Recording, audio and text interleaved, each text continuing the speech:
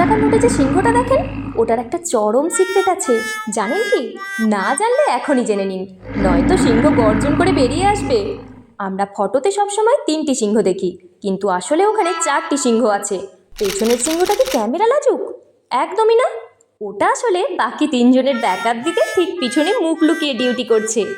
এই বিশাল স্তম্ভটি কোনো ইট, বালি বা সিমেন্ট দিয়ে তৈরি করা হয়নি। 2300 বছর আগে, তখন তো কোনো ফেভিকল ছিল না, মির্জাপুরের চুনার থেকে একটা আস্ত বেলে পাথর কেটে এটি তৈরি করা হয়। ভাবুন তো, সেই যুগের কারিগরদের কোন লেভেলের এডিটিং স্কিল ছিল। সিংহের পায়ের নিচে একটা মিনি চিড়িয়াখানা আছে। সেখানে আছে ঘোড়া, হাতি, ষাঁড়। এরা আসলে প্রাচীন আমলের লাইফ কোচ। ঘোড়া বলছে তাড়াতাড়ি দৌড়াও, ষাঁড় বলছে কঠোর পরিশ্রম করো, আর হাতি বলছে বসো, একটু ধৈর্য ধরো। আর সিংহ সবাইকে সাহস যোগাচ্ছে। স্তম্ভের নিচে যে ডিজাইনটা আছে, ওটা কোনো সাধারণ ডিজাইন না, ওটা একটা উল্টানো পদ্ম ফুল। কি, সোজা পদ্ম তো সবাই দেখে, কিন্তু মৌর্য সাম্রাজ্যের ট্রেন্ডই ছিল আলাদা। কলিঙ্গ যুদ্ধের পর ঠিক সম্রাট অশোকের মতোই দুনিয়ার মোহমায়াকে উল্টে দেওয়ার জন্য এই উল্টো পদ্ম, মানে ফান্ডিং আর ব্র্যান্ডিং, দুটোই সম্রাট অশোকের দ্বারাই হয়েছিল। আরে তাই তো অশোক স্তম্ভ।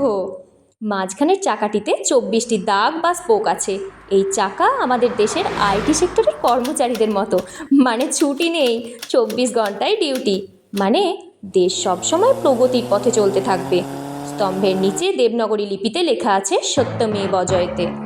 সংবিধানের প্রথম পাতায় ভারতের মূল সংবিধানের খসড়া যখন তৈরি হয়, তখন নন্দলাল বসু এবং তাঁর ছাত্র দীননাথ ভার্গব সংবিধানের এই স্তম্ভের ছবিটি আঁকেন। বিশ্বের প্রাচীনতম প্রতীক মৌর্য সাম্রাজ্যের এই প্রতীকটি 1950 সালের 26শে জানুয়ারি থেকে ভারতের জাতীয় প্রতীক হিসাবে ব্যবহৃত হয়।